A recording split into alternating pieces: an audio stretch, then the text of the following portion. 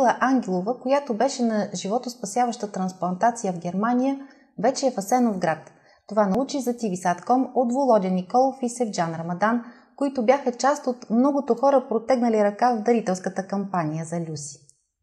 След толкова дълга проведена кампания под мотото "Подари надежда за Люси" и след успешно лечение в Германия, Люси вече си отново тук в България, в Асеновград.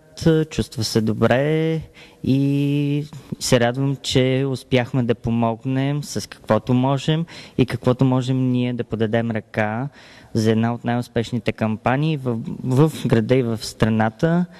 Аз съм също много развълнувана от факта, че Люси е дошла вече, пристигнала е, лично не я видях още. Люси, добре дошла. Много се радвам за това, че успяхме да помогнем кой с каквото може, както каза Володя, кой с организация, кой с пеене, кой с средства и така нататък. Важното е, че нейното здраве вече е факт. Тя е в България, пристигнала е добре с семейството си и благодаря на всички, които участваха в благотворителните кампании. Редом с нашите концерти имаше и други изяви, имаше театри, имаше страшно много базари и така нататък. Благодаря на всички, които бяха част от тези базари и тези инициативи. Показахме наистина, че Асеновград е един град с хора, които имат големи сърца и могат да помагат. Благодаря. Интервю с Любомила Ангелова очаквайте скоро в емисията "Дневник" на телевизия TV.com.